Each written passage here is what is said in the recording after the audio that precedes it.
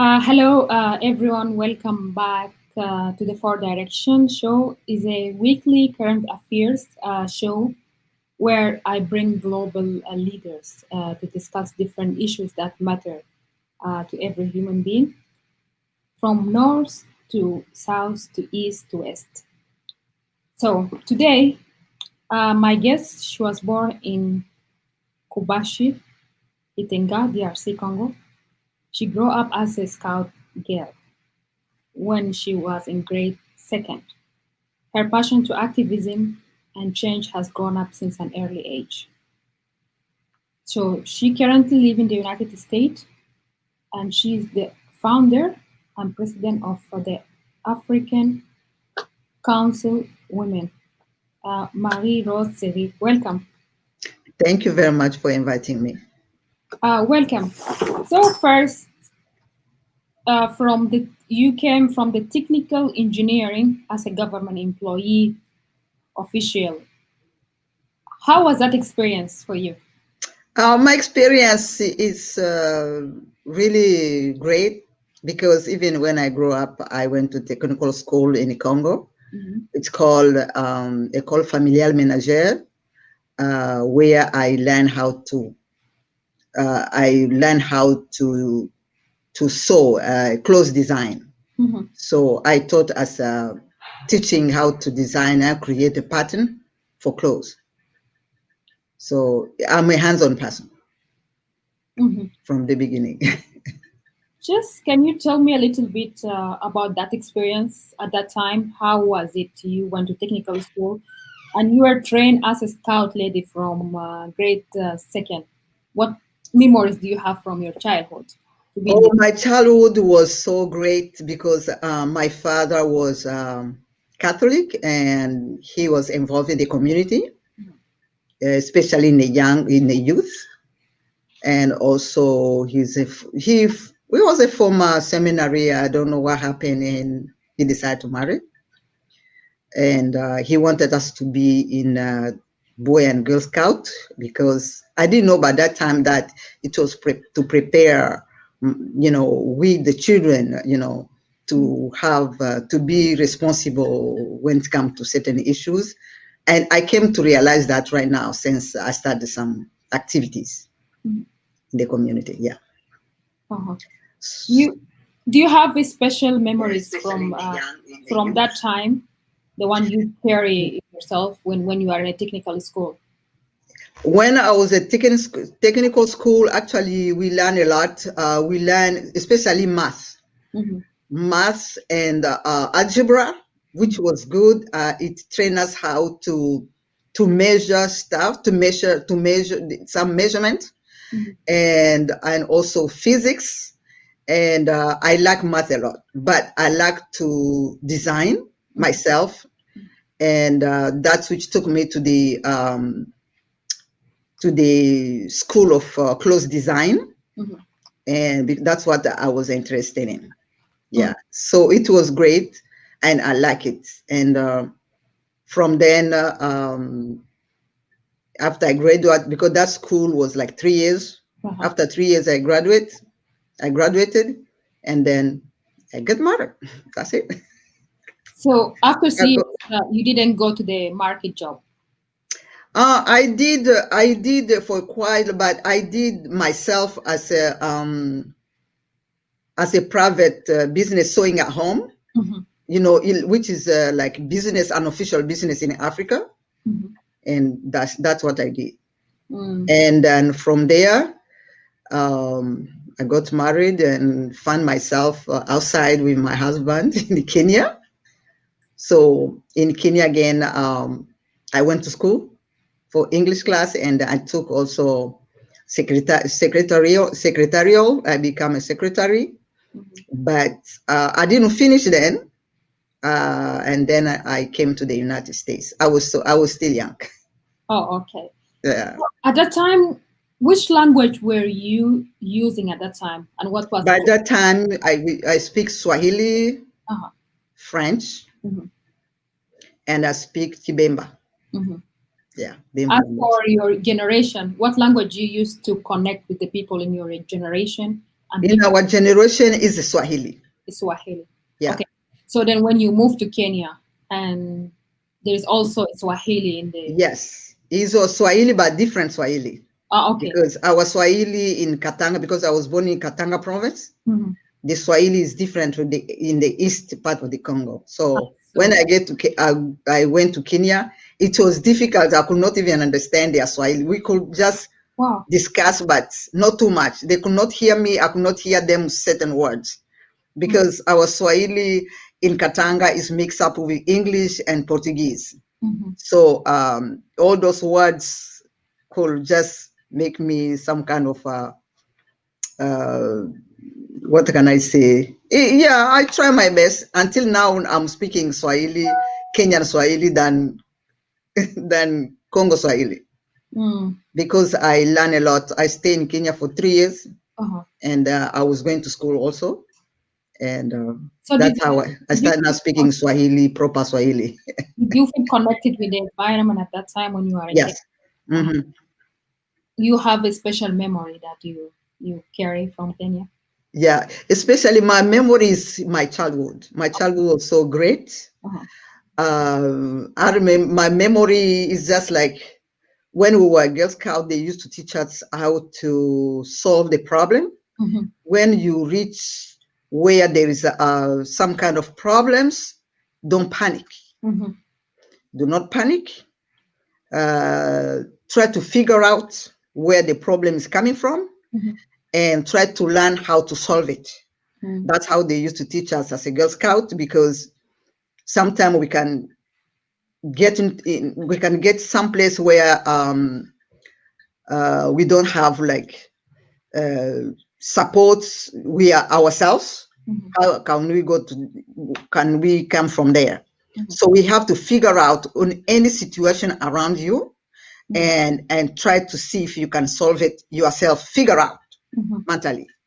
Mm-hmm. And So you also grow up with this personality from your home, yes, from your yes, household, and your dad yes. was too.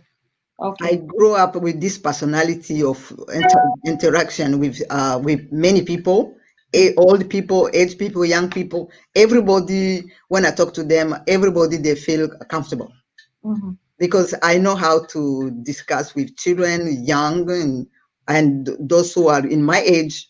So I have to see the environment where I am, so I can adjust myself. So that time, did you figure out that you can be an entrepreneurship when you start doing your own sewing and you are selling your? Yeah, that was my idea to be Mhm. the entrepreneur.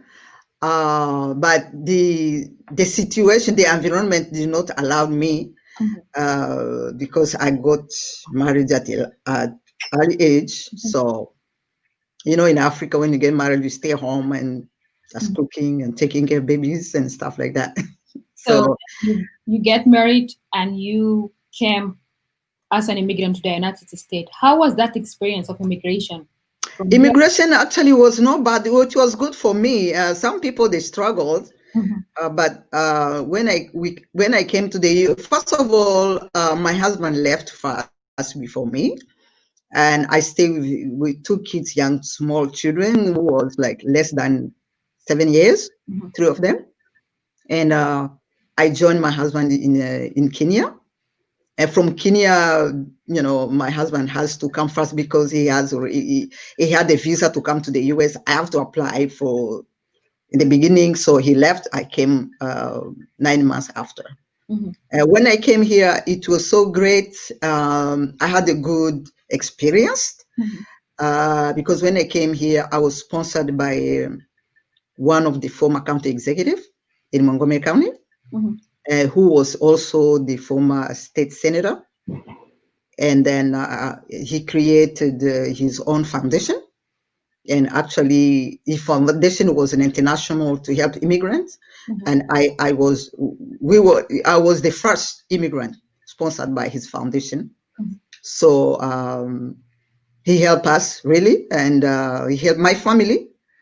And I have to go to school for 6 months, and after 6 months, and they gave us the option to choose, and they gave us option like beauty, Mhm.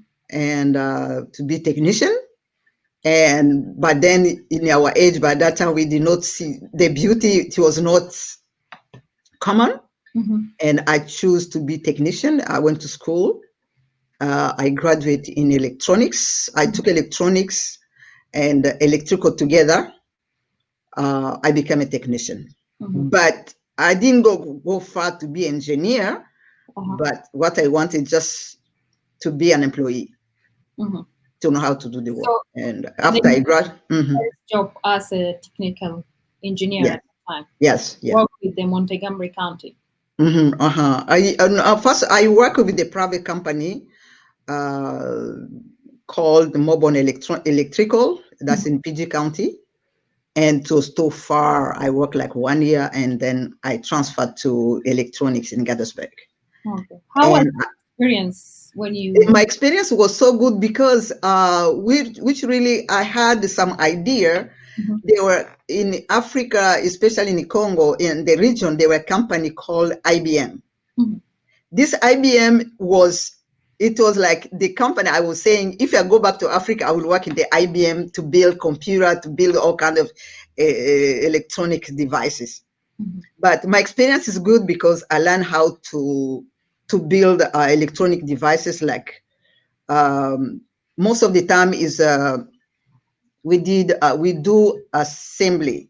Assembly is just to take like the PC board inside the computer, the other green board. Yeah. We can add some of the part to make sure it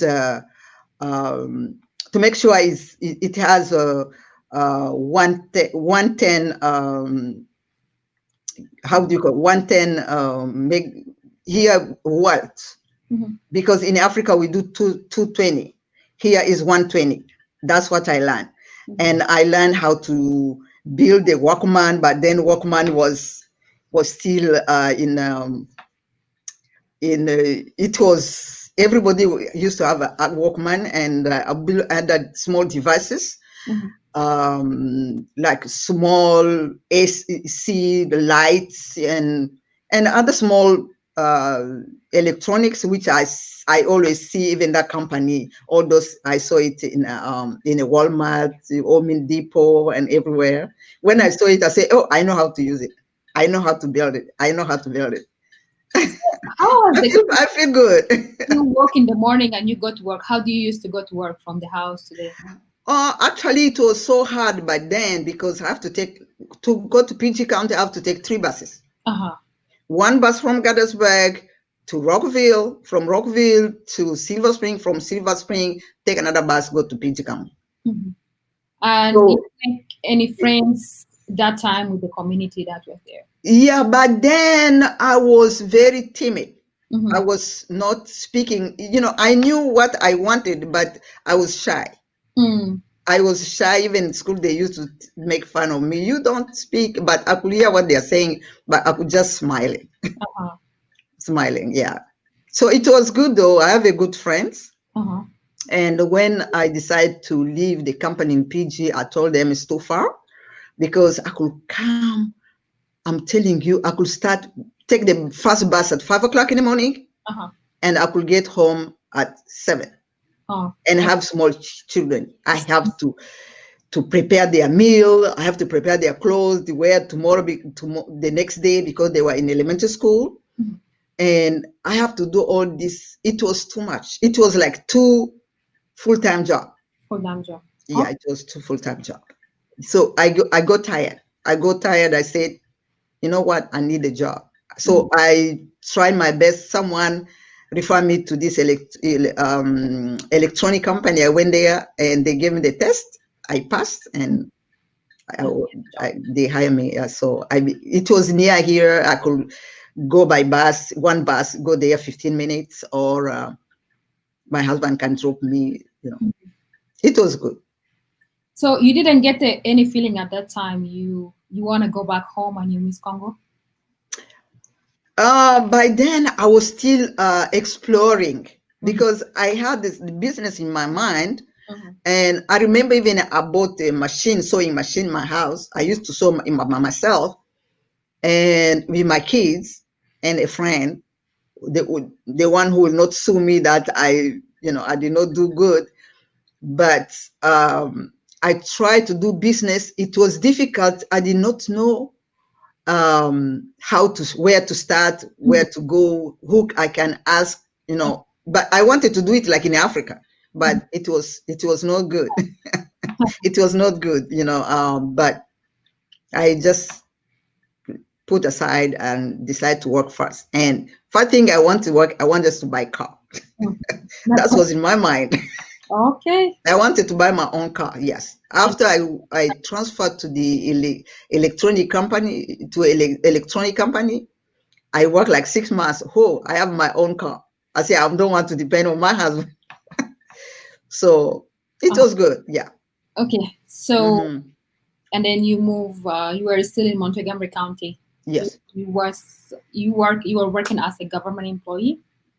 Yes. From electronics, I met someone who asked me if I can work with the government. It was a friend of mine. I said, yes, I can work with the government. And she said, okay, just join us. We are hiring. And but I was so crazy. Let's tell something.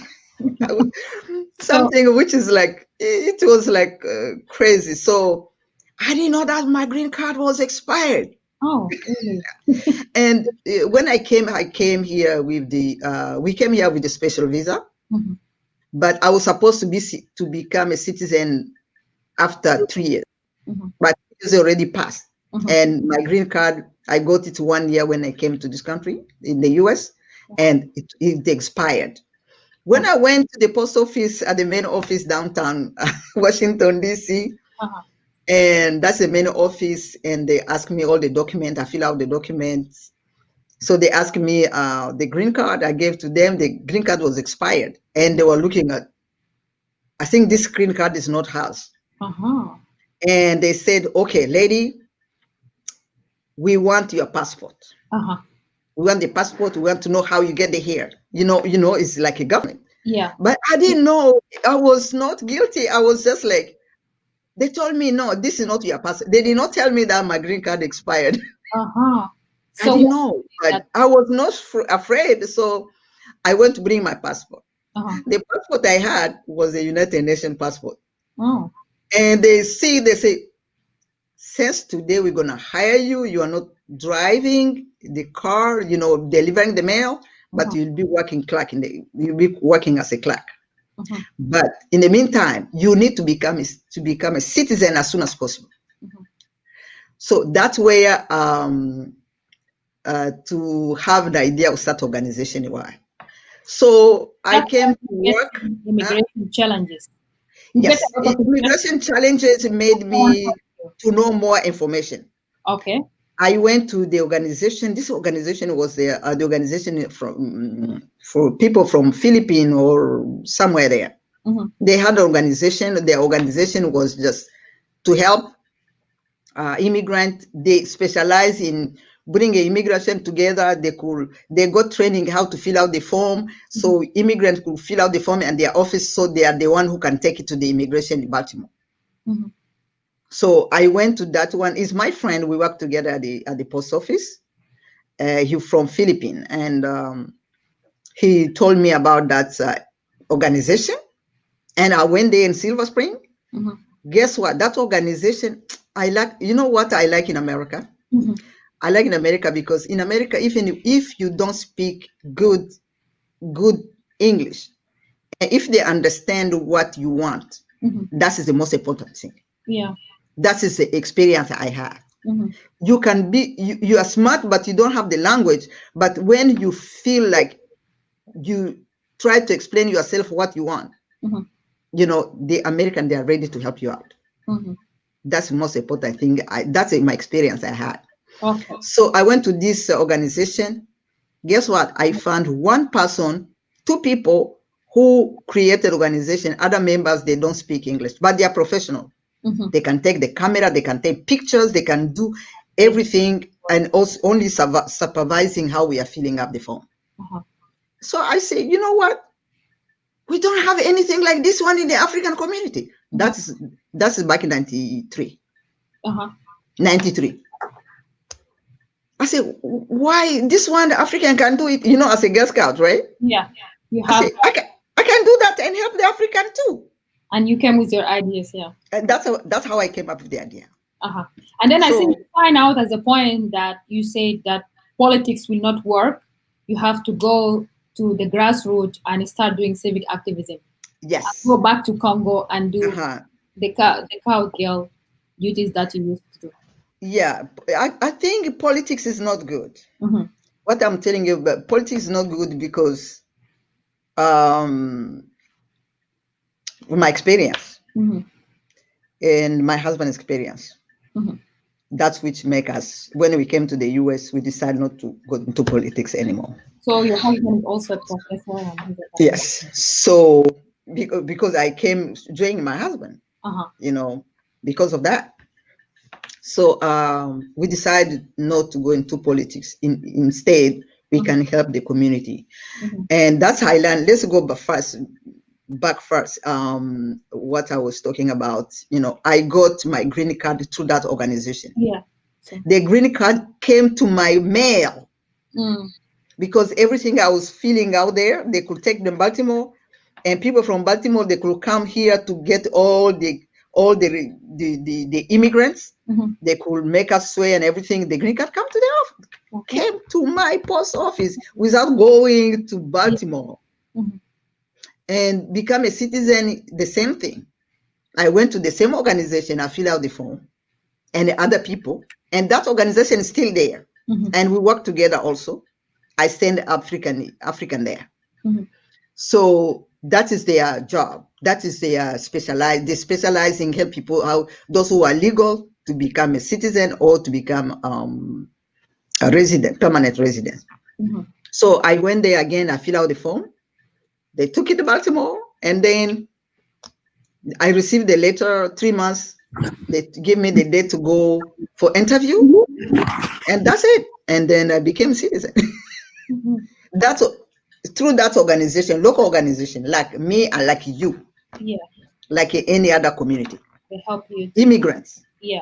So that's how I say, you know, this is a good idea. Mm-hmm. But then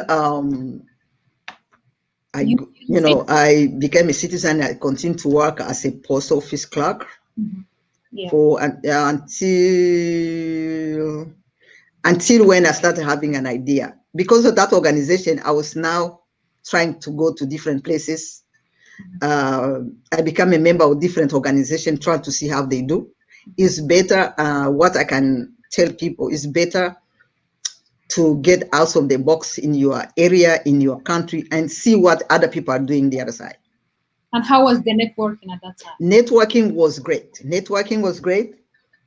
And I became member first of Maryland Association of Nonprofit. Mm-hmm. That is a nonprofit agency from Maryland, and I asked them if I can create an organization, what can I do? They guide me everything. That is their job. It's a nonprofit. They guide people how to create a nonprofit. They guide me, and after they guide me, and we apply with the other Congolese who, we applied the organization, and then we start working in the organization. Before we start working in the organization, I went back home. We went back home in the Congo. You miss home, Congo, and then you went Yeah. back. Uh-huh. We went back in the Congo in 2002. Mm-hmm. Guess what? It's the middle of the war. Mm-hmm. We got stuck in the Kinshasa. Mm-hmm. We didn't visit our people because I wanted to go to do some assessment. Mm-hmm. Because we organize our organization, it was a humanitarian organization because we had the plan to help our community and the long term to help Congo. Mm-hmm. But to go to Congo, it was a long term project. Mm-hmm. So we start now reaching out the community, helping them, learning a little bit. I was trying to do it, but I did not know exactly what I was going to, but I was trying until 2007, when the county executive, Ike Leggett, an African American who became a county executive in Montgomery County, he wanted to help the African immigrant.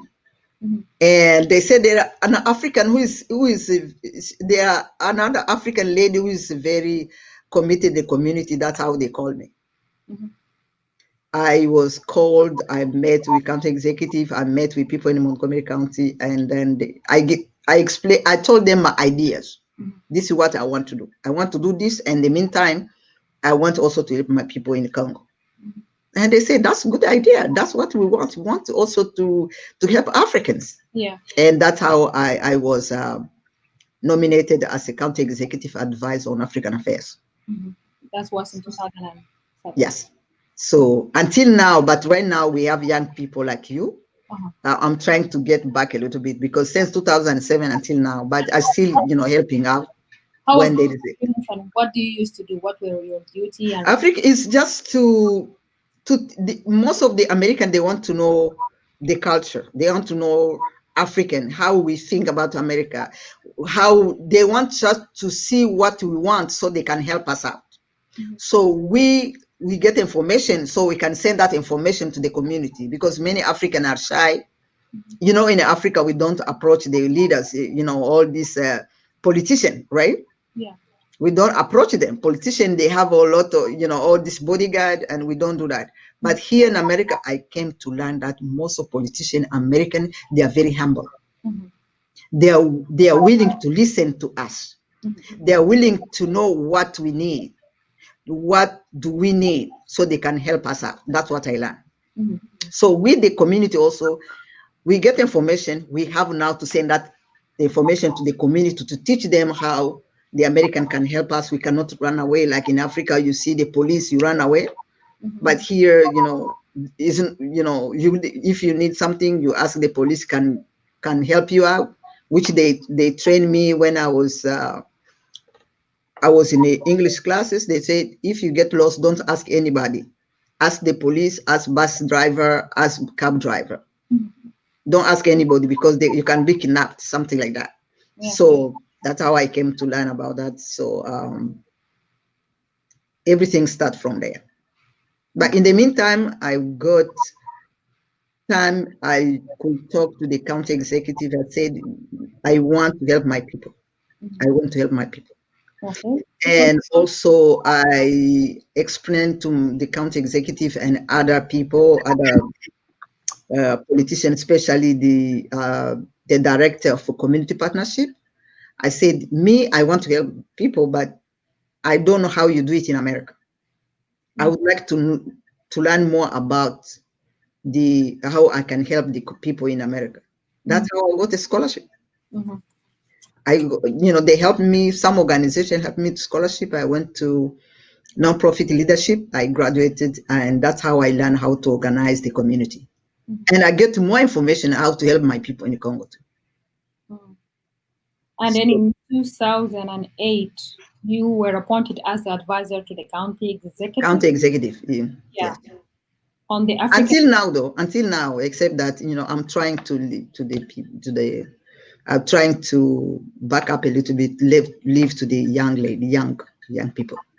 So how was the experience? Like, what did you learn from it and the duties that you were doing that time? It's good because we got information. If there is any press release, there is any law which they are passing, we have to tell the African community something has changed. This one has done that. Like, for example, Maryland passed the law on domestic violence. If a man touch a woman, can go to prison in 5 years. So we have to teach also our men. Be careful when they deal with their wives and so on, because here is not like in Africa. Okay. Here is not Africa. So we have to respect each other. Husband and wife respect each other. Know what you want, what the husband wants. Your wife know what your husband wants, something like that.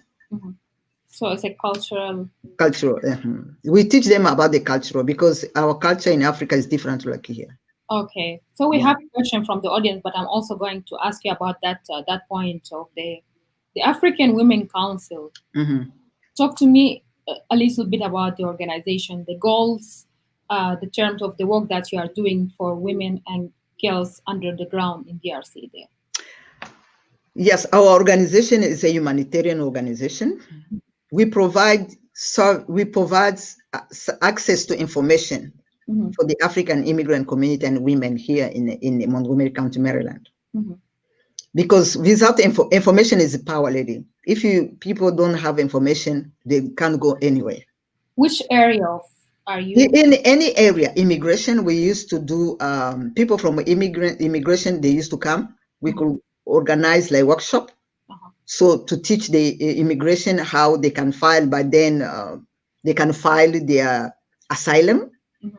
how they can file how they cannot spend money for the lawyer, because what the money they give to the lawyer, they can file it by themselves. Mhm.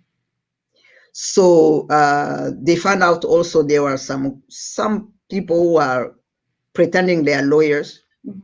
filing on other immigrants, and then when they refuse to if they failed, they refuse the asylum, um, they cannot appeal because the person who filed them was not authorized. Mhm. So they were training us how we can help our people. They can file themselves. Mhm. They could give them all the information they need. So we bring other agency. We create like a workshop, so the agency can come and explain to the African community their rights and what they can do in order to be legal. And also we have informed the people how here in America, if you have no job, you can apply at the social service. There's different benefits, including healthcare. Uh-huh. Did you Uh, help them in the process, or and pardon? the organization help them in the process, or you refer them? Yeah, we don't help them process. We give them information, Uh-huh. Or- and if they have legal issues, also there are free lawyers Mhm. who can help them. Okay. Yes. Okay. And then just recently, the African Women Council has launched. You launched your first international conference to discuss COVID-19 prevention Mm-hmm. for women in North Kivu. I think Mm-hmm. It was everywhere in the North Kivu, in Kinshasa. They came throughout the part of the DRC. Yeah. very where it come from. So currently there is 11.5 million cases of COVID-19 Mm-hmm. in Congo, and only 6.21 million that they Mm-hmm. were, and it's considered as the second largest number in the southern region. Mm-hmm. What is the vision that you came in that conference, and how is the work going to be under the ground? What our vision is to work to help the Africans, our Congolese, to work with like Congolese healthcare, because we are not in the healthcare. Uh-huh. What we can advise them is just to follow the guidance of the governments, the guidance of the international organizations, so they can, to prevent this COVID, so they cannot be transmitted to others. So they have to stay away 1 meter. They have to clean and hygiene, very important, and they have to eat right. And what is That's the challenges that you find that people have under the ground there? That on the ground. On the ground, uh, recently, I think 1 month ago, we did have 1,000. Now they move up to 3,000. I understand. And people in the east, because they had Ebola situation, they have already know. They try their best, like the same way they protect themselves with Ebola, and they are protect themselves with this COVID-19, which they did not have a lot of effect like in Kinshasa, other part of the Congo. Mhm. So they have experience with the Ebola situation. They are working. They are using the same method, the same techniques they use with Ebola, so they cannot transmit to others. Mhm. Yeah, so that's what I know. We did have four of them, but they were treated. Mhm. Recently, on also the North Kivu, they declared there's a Ebola free now. Ebola free, and also this COVID-19. I don't. People are doing our work. You know, are taking care of themselves. Mhm. But so far, I didn't see anyone who the death in North Kivu, but Yeah, only Kinshasa capital where there's 13 million people. 55 million people, 60% are. So what I'm coming to, did you see that they have many the current classes for the COVID because they have been in experience Mhm. the Ebola before? They had experience before Ebola. The people from the Eastern Congo, they lost many people because of the Ebola. Mhm. So now the technique they use, they don't give hands like before. They don't hug like before. They try to eat well. Hygiene is very important, and they try not to visit each other like the way they used to be. And the same techniques, that's what they use with COVID-19. Mhm. That's why they did not have a lot of uh, COVID-19 in the eastern the part of the Congo than other places. And how can they teach that to the other province or the other people? Do we have young people who are very committed, who are moving around in the Congo? Young men and women activists. Mhm. They are just taking that risk to go throughout the province teaching people how to prevent the COVID-19. To wear a mask. Mhm. Hygiene is very number one. To start to stay away from each other, distancing. And also when they feel like they are sick, they have to, if they feel anything, they have to rush to the hospital, Yeah. or they have to call first. Mhm. They must not waiting until everything getting worse. Mhm. Just a question here: how can the authorities get involved in this part and be part of this process so that they can eliminate the spread of COVID-19? These are young people, young patriot people who are came together. They have their organizations, different organization of youth. You know, in Congo we have over 65% are young, and they are trying their best to preserve their young people. Mm. You know, and that's it. Okay. And those young people, we are working together, or we are together. The issue is that most of the challenges that the young generation have, they have a limited resources. They don't have access to. No, they have some kind of what can I say?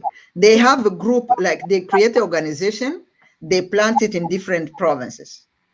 Mhm. So right now, they use communication is not good in there. So you cannot communicate with people in a village.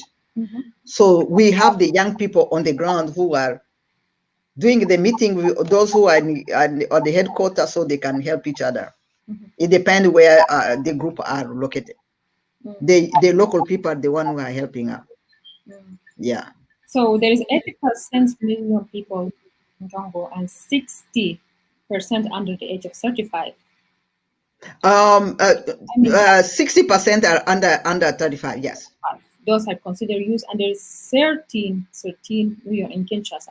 Yeah. What do you think the role of the youth that they can do? They have a big role to play. Uh-huh. They have a big role to play. I can say that right now, youth has no privileges. Mhm. They just like left behind. Mhm. They are left behind. Youth, Congolese youth are left behind. You could see most of the people in the government, they are older, old people, those who have been in power for decades, they're still there. They don't want to go aside so they can promote the youth people. I don't see it. So, what do you think? That is my opinion. Yeah, how they can fix that? How they can have more use in the government and be part of the decision making in Congo? They can do that. Actually, that's one of our objectives. When we got in the that's one of our objectives. We want to help young people on how they can achieve. So it's not necessary to be in the government. Mhm. It's not necessary to do politics. Mhm. They can do better on their own Mhm. if they get support. Mhm. So They this. can do better. They are very experienced. They are very talented. They have brain. They have ideas. Some of them, they do some businesses which is not like top kind of this day-to-day business to survive. Mhm. But if they get support, they can move on. They don't need to be in a politics. They don't need to become a minister in order to save the country. They can help themselves. They can save the country without being in a politics. Mhm. And this. That's my idea. That's what I think. Okay. So your organization have this kind of initiative that you are driving right now to help the youth in Congo. Yeah, to give them access to information so they can understand idea, to train them how they can be self-dependent. Mhm. And how do you think the long term of this project? This project actually we have started since 2012. Mhm. I think the project is almost is almost is almost we want just almost we Done. would like to do it soon as possible. It's like financing.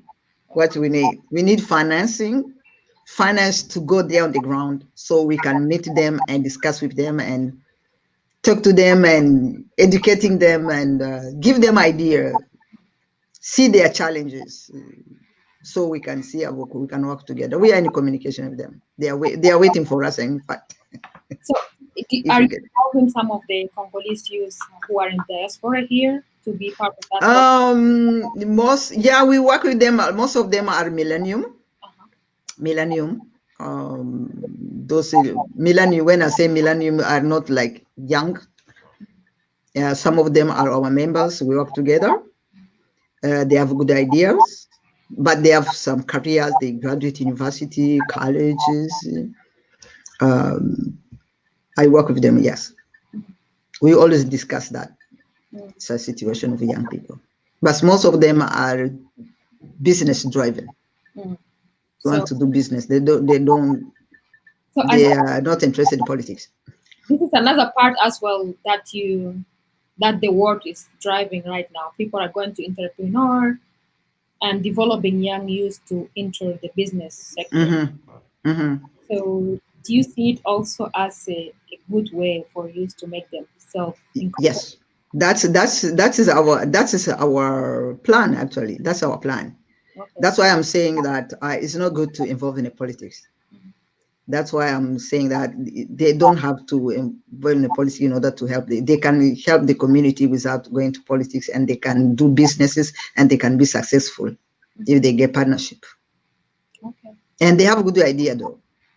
So, They have a plan. They have already planned. They have everything. You can't imagine when I talk to them. Even you find that they have even more idea more than we do here in America. so what kind of partnership are you expecting to help those youth? Because of in Congo has been passing through difficulties, Mhm. and uh, during the war, all the infrastructure has been destroyed. Uh, in order to succeed, we have to work with some entrepreneurs here in America and other business people so we can go together. Infrastructure need to be built. We cannot go there where there's no road, markets too far, going on these hills. In Congo we have hills and a lot of water lake. You can't walk. We in America, we don't get used to walk miles and miles. That's why I say infrastructure is very important in order to help out. We have to partner with those people who are willing to help in those areas. Mhm. And I think you have also a long-term plan for that. Yeah, that is a plan we started 2002, Mhm. and now is a matter of getting some right partner. Mhm. Okay. So That's where we are now. I just When wanna, we get the right partner, everything will be all fine. It will be all right. when you talk about partner, are you expecting international NGOs to open I'm talking about not international NGO, also international businesses. international businesses? Yeah, Okay. NGOs, businesses, those who are willing to make a change in DRC. I think this is also a good point because DRC has 5.4 mil. Right now, there is Congo considered one of the richest country Yes. in the, Hmm. and it has 2.4 millions of on the minerals Yes. income. So Hmm. at this point, how do you sell the like how do you tell everyone about Congo who is interested to go back in Congo and do a project there? Yeah. First of all, we had to advocate Mhm, here in the US. We mhm, advocated for the Congo, and we know that all this conflict in Congo caused by those minerals. mhm, And I'm glad to stay in Maryland. And the state Maryland is is an international state, and which really work in different countries, in different countries in Europe, Asia, South America, and Africa. We think that also they can work in the state in Congo. What I want to thank the state of Maryland after we advocate for Congo, they passed the bill mhm, because they knew that this conflict caused by the illegal investors, mhm, illegal people are doing illegal investment who are creating the war, remove for people in their farms because they are gold, they are coltan, they are all kind of minerals. So we think that it's good to have legal companies which can work with the Congolese direct mhm. than coming illegally through other countries and come and create all this chaos. But thank God the state of Maryland passed the bill and they called every company which was in Congo illegally, they came out. That was 2012. Okay, but And how? from there, we start now working with the people in Congo and also create a good relationship with the local government and others. So to learn how we can help as a Congolese outside in diaspora, we can help the country, which they also uh, appreciated, and they like the idea we brought to them and they support us. And also we approach the state of Maryland, also they love the idea, they support us. And from there, we want just to become like bridge connector.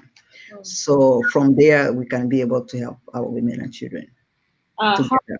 how can the country there or the government how can they observe the companies that are not legal? Actually, most of people we are working with in the DRC in the North Kivu are private, Uh-huh. are not government, Okay. but government endorse them. Mhm. Yeah, they are being endorsed because we too, we don't need politics. We want just the development of the country. So the government endorse them and also endorse us, Mhm. and also get endorsed by the United States, by the Congress, Yeah, by the state.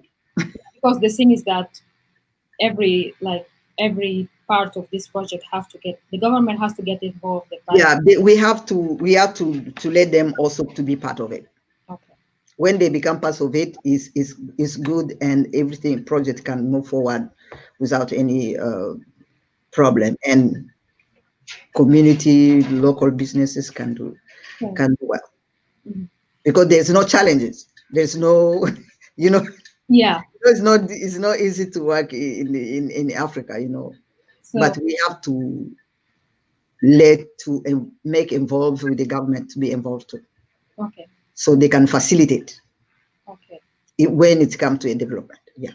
So to end the issue of the instability in Congo, and currently there is a war going in Right now in Congo, we have people living there. We have people who are doing their job. We have businesses going on, although there are some pocket around there, but it does not stop people to live for living. Yeah.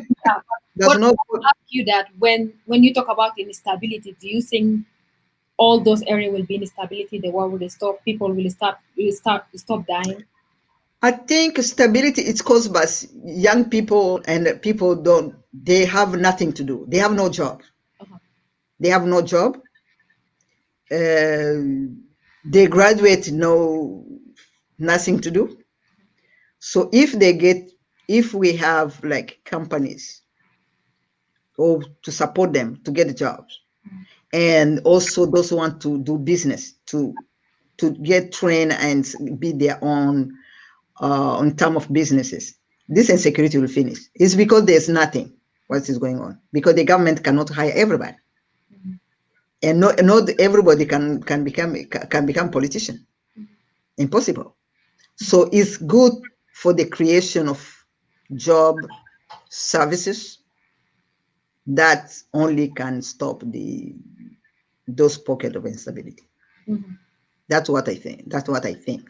Mhm. I think we believe it.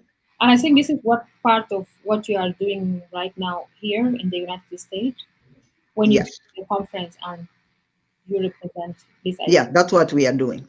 Oh. That's what we are doing. We need your only support Mhm. from the American Foundation, from businesses, from nonprofit. And We you have. you Mhm. received the award from the International Human Rights Commission Fund and Trust for 2019.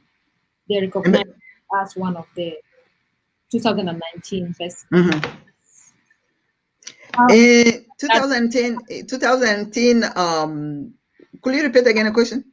2019, Mhm. part of the work that you are doing, you get an award from the International Human Rights Fund Oh, yes. and Trust Actually, in 2019, by Ambassador Food. at the New York, it was I got award as an ambassador for peace. That's the highest award I got Uh-huh. from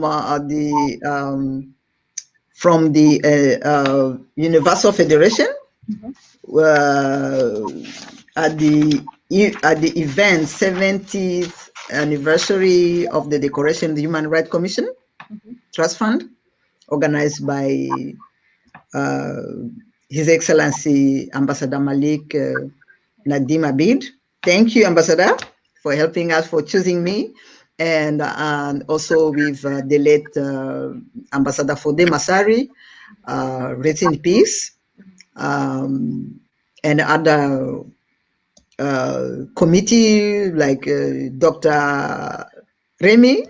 Mhm. Thank you very much, and other committee who were there. And I was the first getting that award. I was so glad. It was a surprise, actually. Uh-huh. It was a surprise. I did not even know. I went there as usual, go to the event, and I got surprised with that award. And prior to that, in March, during the 63rd for the women for the status of women in New York, also I got another award from Agrobees.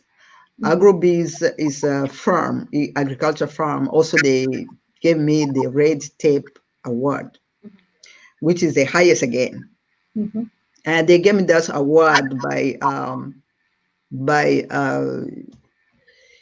advocating for Congo and to let the Maryland pass the law on Congo regarding the mineral. It's called Mineral Free Bill. Maryland conflict mineral free. So, and also because of that, I got that award. Prior to that, in 2018, we got also a citation from the state of Maryland, from the Senate, recognized us as an organization which is representing Congolese community, And you get the and first. also to raise fund to help our women and children in the Eastern Congo, North Kivu. Prior to that, we got another one. Uh-huh. That was 2017. Our organization organized the Congolese Independence Day celebration, and we got another award from the Congress. and also recognize our organization as an organization which is working on the well-being of Congolese community in the U.S. and in Africa, and including the states, the county. I can. It's a lot of award we got because of our So what after all? and positive, and also trying to make a change positively so people can have a good life, can have a normal life here Okay, in America and in Africa. in Africa. And our organization also is not Congolese, can work in different countries too. This is how do you envision the Envision working in another country. We think that we cannot go to another country without having member in that country. okay. So we have to mobilize other African communities to join us to have a power force, which so we can help. You know, I'm in Congo because I know more about the Congo. Mhm. I have to have someone in different country who knows better their country, so we can work together. African Women Council can also help that country. And how they can reach out to you, like if there's people who are interested to be part. If there's people who want to reach me, they can reach me to my email, marie-rose at africanwomen-usa.org. Or they can send us that's an email. They can give us a call to sorry 240-615-1749. Again, 240-617-615. I'm sorry, 240-615-1749. And they can go to our website, Website. www.africanwomencouncilusa.org. So after all this award and recognition, um, you as an immigrant, Marie, who can go to the Yeah. state, what do you think the next step? What is after? Next step now, we are working on having a conference, but this COVID-19 has slowed us down, so we could not move ahead. We have to wait until so we can see what will be the situation of this COVID-19. And we are planning to have a conference because also we have an invitation from the Congolese government and from all those private sectors. We have an invitation.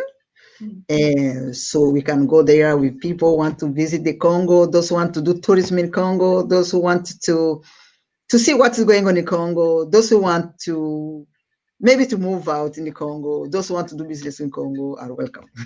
Everybody. So that invitation from the government also have some projects, investment project that you're going to be doing underground and help other people there. Yes. This was requested by the people in the Congo. Okay. The private sector, yes. I want to make sure private sector, no government. Okay. But the private sector, yes. How can it help in transforming Congo in terms of development? It will create job. It will create instability. It will create services. People will have a normal life. People need drinking clean water, running water. People need energy. People need roads. People need shopping centers. They need everything. Everything is needed. Everything has been destroyed by this war, by this conflict. They have to be rebuilt. It is a lot of opportunity. Also. Okay. There's a lot of opportunity. What do you tell any younger girls who are back in Congo or who are just coming as an immigrant, a new immigrant to the United States? I can train them I can advise them to go to school first.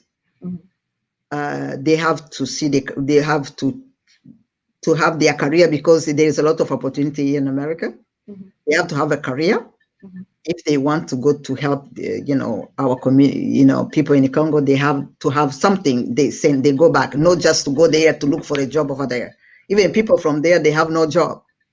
So they have to have something they can take back to help our community, the young people back home.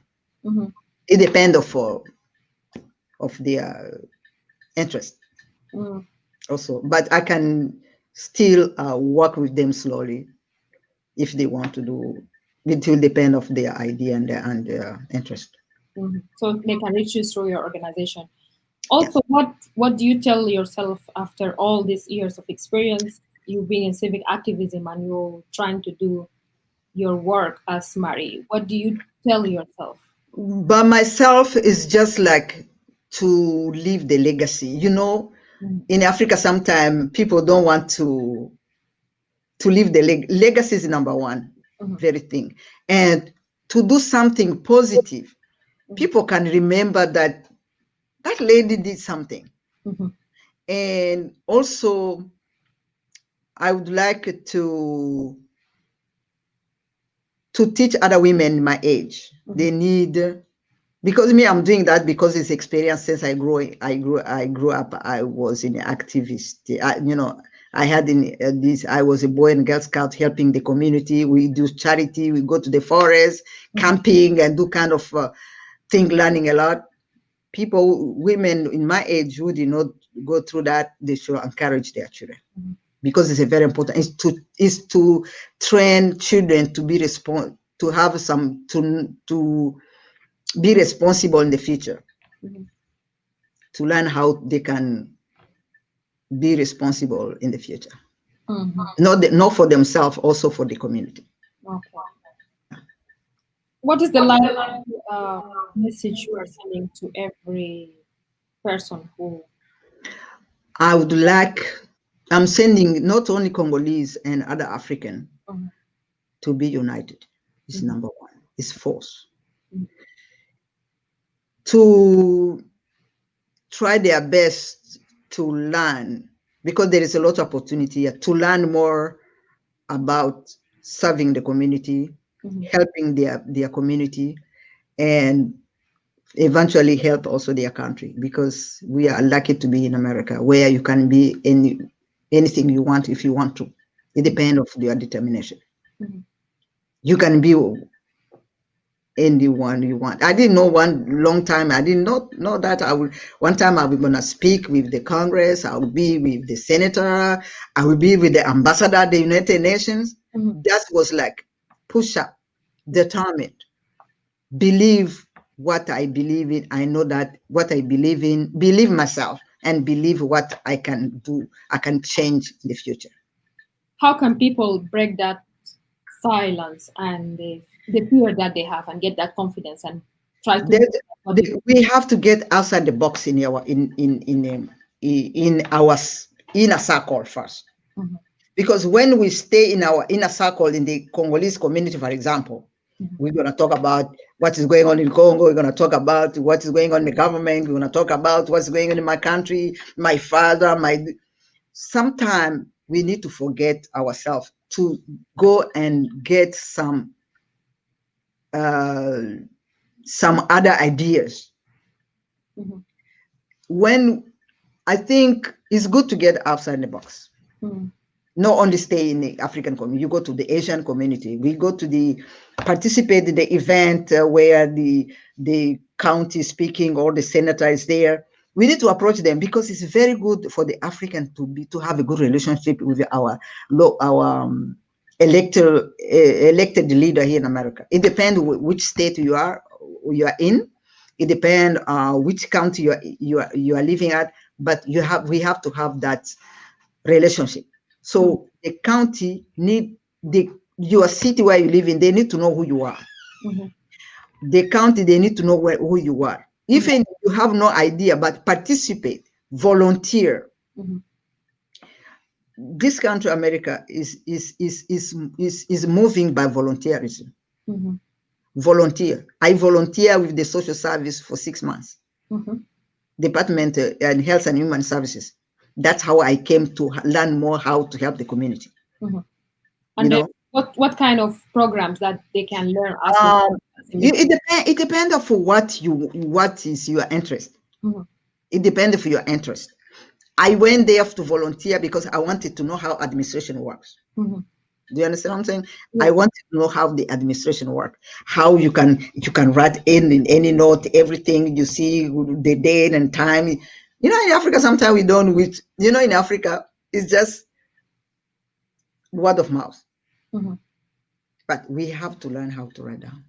Mm. It, we have to know I met people, how many people I talked to, I discussed with which subject, something like we have to know. Sometime when we open our heart, people can come with their ideas or can come with their feeling. Maybe they have been suffering for long, and they could come and give to their problems, Mhm. and you can find a solution for them. Mhm. You can find a solution for them. That's what I always call people here in America. I work as a volunteer at the Department of Health and Human Services. Yeah. I know all the we know all the agency, Mhm. from the social service for the healthcare, for the because from the healthcare, from the food, everything you want, Mhm. we can we can send them. It depends of their need are. Mhm. It depends of their needs. You also have a connection that where they can go back to Congo and do an investment, and the country is ready for investment. In the Congo? Yeah.